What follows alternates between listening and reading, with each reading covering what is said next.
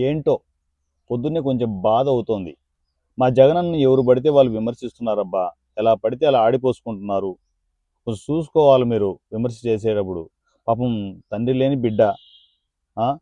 మీరలా ఆడిపోసుకుంటూ ఉంటే బాధ అవ్వదా? ఫీల్ అవ్వమా? వైఎస్ఆర్‌సీపీ కార్యకర్తలు, నాయకులు ఫీల్ అవ్వరా? వాళ్ళు ఫీల్ అయ్యేదేముందిలే గానీ, మా జగనన్న అంటే మాత్రం మేమిద్దరం ఫీల్ అవుతాం. నేను, మా రావణ్ గాడు చాలా ఫీల్ అయిపోతాం. సో, అర్థం చేసుకోండి. ఏం తప్పు చేశాడబ్బా జగనన్న? ఆ! కల్తీ నెయ్యి, కల్తీ నెయ్యి అని చెప్పేసి కాల్చుకు తింటున్నారే! ఆ మాత్రం చేయకూడదా? మేము కల్తీ నెయ్యి ఎక్కడ చేసాం?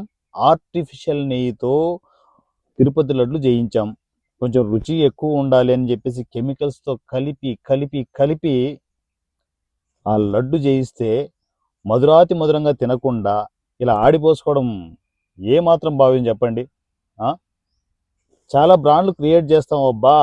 అంటే ఆర్టిఫిషియల్ నెయ్యి, పాలతో నెయ్యి కాదు, ఆర్టిఫిషియల్ నెయ్యి, ఆర్టిఫిషియల్ పాలు, ఆర్టిఫిషియల్ మందు, మీకు ఆర్టిఫిషియల్ చాలా వస్తాయి.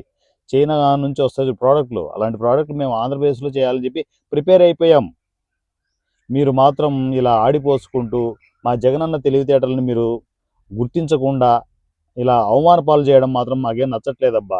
ఎస్పెషల్లీ నాకు, మా రావణ్ గడికి అసలు నచ్చట్లేదు. మాకు అసలు డైజెషన్ కావడం లేదు. ఇలాంటివన్నీ మీరు చూసుకొని జాగ్రత్తగా కామెంట్లు చేయాలి కానీ మరి దారుణాది దారుణంగా మా జగన్ వేసుకుంటే ఎట్లబ్బా. కొంచెం చూసుకొని కామెంట్లు. అర్థమైందిగా?